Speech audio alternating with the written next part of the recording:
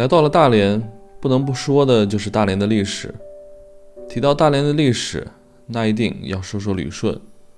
中国历史上屈辱的一页，中日甲午战争就发生在旅顺。在甲午战争后，大连旅顺被日本侵占。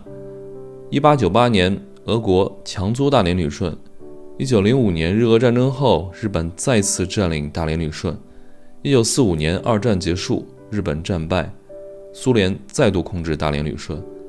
现在在大连和旅顺还有很多日俄的建筑保留，可以看得出来，在中国解放前，旅顺、大连一直被日俄反复争夺。旅顺位于辽宁半岛南端，在清朝时，它是北洋海军的重要基地，和山东威海共同扼守渤海湾门户。中日甲午战争就发生在黄海以及旅顺。之后清军战败，清政府签订了中日马关条约，日军占领大连旅顺。现在的旅顺口依然有着中国海军的驻守。在旅顺还有一座建筑非常有名，它就是建在白玉山顶的白玉山塔。它曾经被日本人称为纳古茨。在日俄战争后，日本重新占领旅顺，建了这个塔来存放2万多名日本侵略者的骨灰。现在这座塔仍旧保留在白玉山顶，让来访者铭记历史，勿忘国耻。除了白玉山塔，旅顺的老火车站也是历史的一部分。它是俄国占领时期所修建的，是中东铁路的最南端。下面我们就看看这有着厚重历史的旅顺。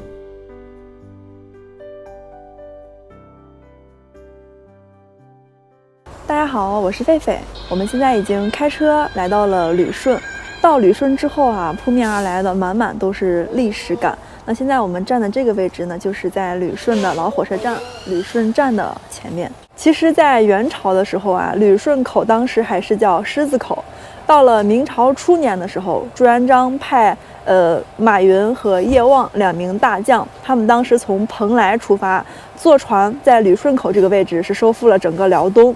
因为当时海上的旅程是一路都一帆风顺的，很顺利，所以呢登陆之后呢，就把这个地方改名叫旅顺口，这个叫法一直延续到了现在。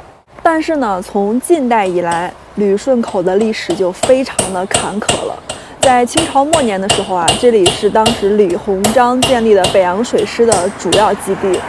到了1894、1895年，当时中国在中日甲午战争中失败之后，日军就占领了旅顺口。日军占领旅顺口不久，到了1898年的时候当时这个沙俄政府以他们干涉还辽有功为理由，要求清政府把这个整个的大连湾还有旅顺口这边租借给了沙俄。那当时的租期约定是25年，但是沙俄也并没有租借太久，在1904年到1905年又爆发了日俄战争。那当时的结果大家都知道嘛，日本胜利之后呢，又把这个旅顺口又夺了回来，作为自己的一个军港。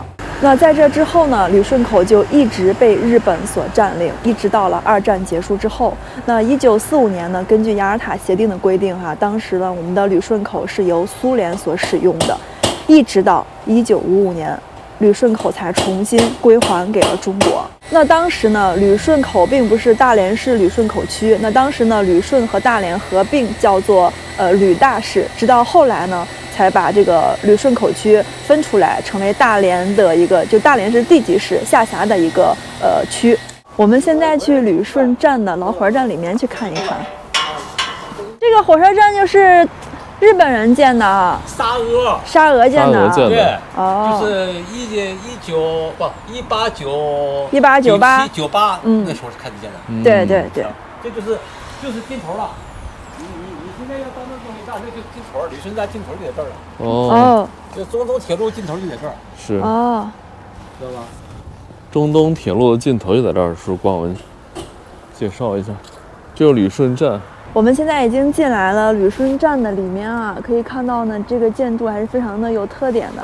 它是在1898年始建，1903年完工的，当时是由沙俄修建的。大家可以看它这个风格是非常的像这种就是现在的俄罗斯的这种火车站的样子。但这个火车站跟我们之前去的阿尔山火车站也是有一些相似之处的，这个主要体现在它的色彩上。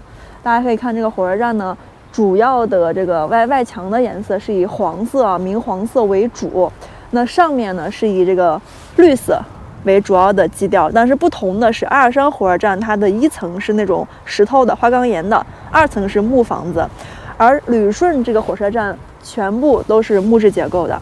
那现在的旅顺站啊，已经没有这个火车运营的任务了，整个火车站是作为一个文物古迹保留下来了。因为这里曾经是中东铁路的最南端，大家可以看到我左手指的那个方向哈，我们顺着铁轨往前面看一下。这段铁轨到前面那个栅栏，就是有汽车那个位置就结束了。就是说呢，这一段铁轨啊，这几十米是中东铁路最南端的尽头了，到这儿就结束了。就是当年啊，这个沙俄修的这么长的铁路，但其实最早的时候啊，沙俄那个中东铁路是从满洲里到绥芬河嘛，是那一段的。那这段算是它的南支线了，是这样子。来到这边也能感到历史的沧桑。我们现在呢，这些铁轨啊，就以前沙俄时期他们修建的铁轨，1435宽的，就这么宽。然后往前走，那边走就到大连，然后最后再到哈尔滨，最后再到俄罗斯。这个中东铁路啊，我们是一路过来的，它是相当的长，而且是整个都是这个铁路沿线哈，都是作为这种历史的保护单位保护起来了。我们这一趟的东北之行啊，在东北就感受到了非常多曾经这个日本和沙俄留下来的遗存啊历史的痕迹，其中呢，中东铁路是整个贯穿起来的。其实我们现在站在这个位置，除了去看这个老的火车站之外啊，还有一个点我们可以看到，我们往前面走一走。走到前面呢，可以看到后面的那个山的山顶上有一座灰色的那个塔，那个塔是当年日本人修建的一座日式的招魂塔。这座塔呢，在战后也没有被拆，而是作为曾经日本侵华的一个罪证保留在山顶上了。那我们等一会儿也可以开车到这个塔下面去看一看。这木头100年前的，就这样。哇，你看这个，你看这个，是。这个线路已经停止运营了。哦。那这个石头是后来修的啦？石头。这个是水泥的，这是后换的吧？这是后换的。石头是我们自己建的啊。过去老的都是这个枕木。对。水泥的比这个枕木结实啊。对呀，这抗腐蚀。抗造。对。抗腐蚀。这个木头的，这个油漆。油漆。我发现这个木头的枕木中间还要拿这个，是不是加固一下？它这个是主要考虑什么呢？在这个地方，它这个地方叫倒叉，你知道吧？对。那个叫折叉心。就这块车子，它怕这个枕木串动。现在一般都不用了。对，这东西都是老的。我看这水泥的就不需要了。是。对啊，你水泥根本不用。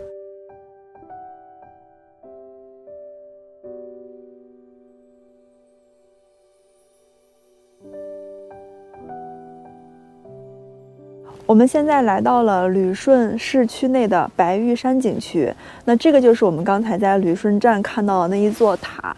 这个塔呢，现在是叫做白玉山塔，但是以前并不是这样叫的。这座塔呢，是1907年到1909年用2年时间，然后用了2万劳工才修成的。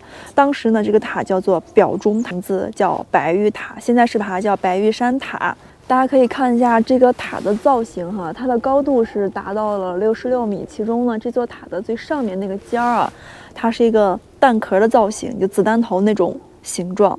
其实呢，它就是当年日本军国主义的象征。也有人说是它这个上面的形状像一个整体像一个蜡烛，上面是蜡烛的那个头那个火苗，就是也有人把它叫招魂塔，因为它毕竟是祭奠亡灵的嘛，还是把它象征成一个蜡烛的形状。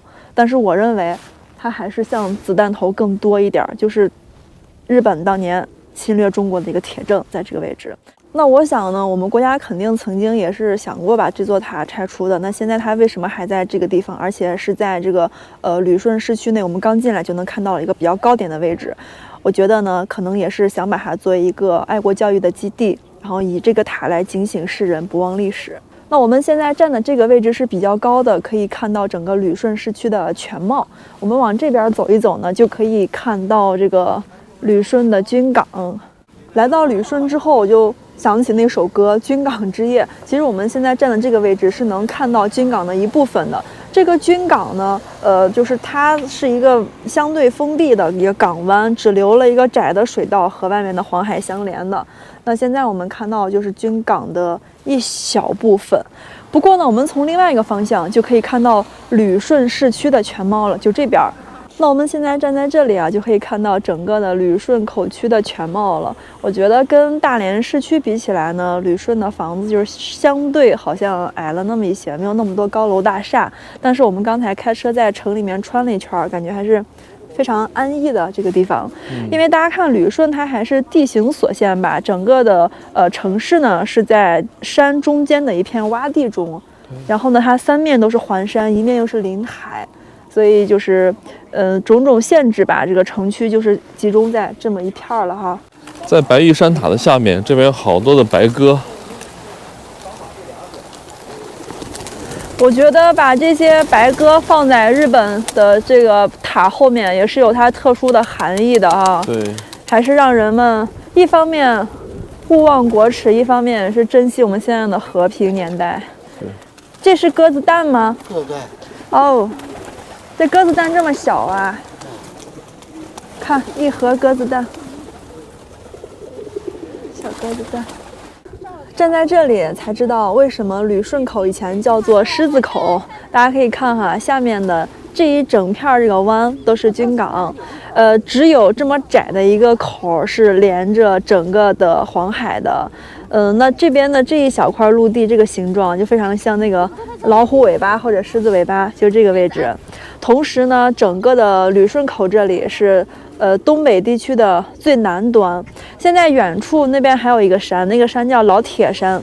那个山的脚下那个位置哈，就是我们国家的渤海和黄海的分界线了。现在我们看到这一片都是黄海的海域，但是呢，老铁山的那个方向，那边就整个都属于渤海了。旅顺军港的位置真好哈。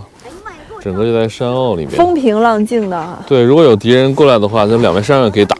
风平浪静，而且你看它这边有那种大型的器械，那边就是造船厂，对，非常近，就是船这个试水啊、试航啊都非常方便啊。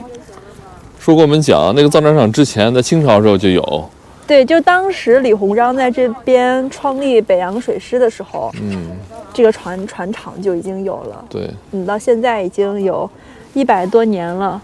我们从白玉山塔下来之后呢，发现这边有个甲午古炮。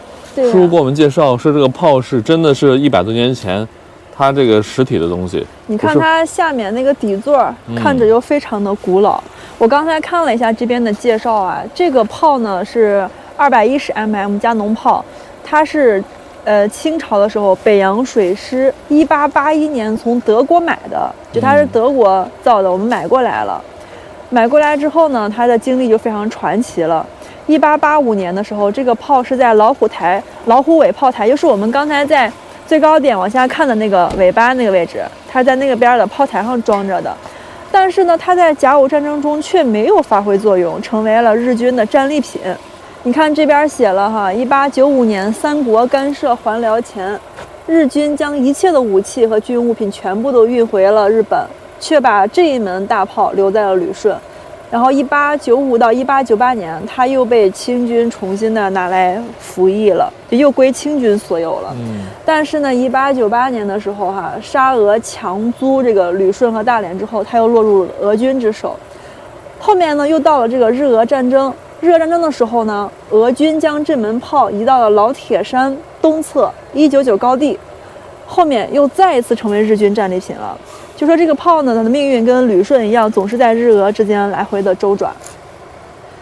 再就是到了1908年2月了。1908年2月的时候呢，日本在白玉山修筑了表忠塔的时候，将这个炮由老铁山又移到了这里，供游人观览。也就是说，这个下面的炮台呢，和上面的这个整个的炮的主体这个造型是1908年就彻底成型，就在这个位置。我们可以到跟前去看一看啊。你看它上面刻的这些字，还有这个台子，都挺有历史感的。上面写的是21加农炮身然后老铁山这边写了明治41年5月，都很早了。另外就是我看了一下，这个上面也有一些字儿，这些字儿上面还有俄文，你看俄语。这个位置。对，大家知道吗？这个炮啊是100多年前清军从德国的克虏伯公司来采购的。这个克虏伯公司呢，现在还是世界上很著名的一个钢厂。我们100多年前连自己的炮都做不出来，只能从别的国家来采购。现在呢，我们什么都造得出来了。上面就是我们刚才过来的白玉山塔。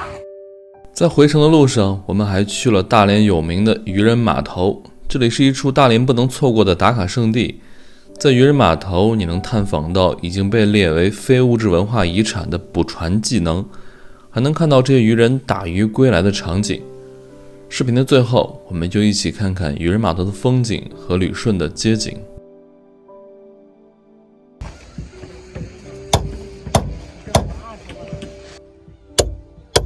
师傅，现在会修船的人不多了吧？就剩老人了。年轻人也得学呀，这以后咋办？这是那个桐油，这边是桐油或者石灰，再把这个麻一点点塞到这个缝隙里，它就不漏水了。这修好之后1年就又得补了。你弄下去一年结修。能用1年，就得修啊。1年结修。哦。它这个木头是什么木呀？红松。红松。啊，好木头。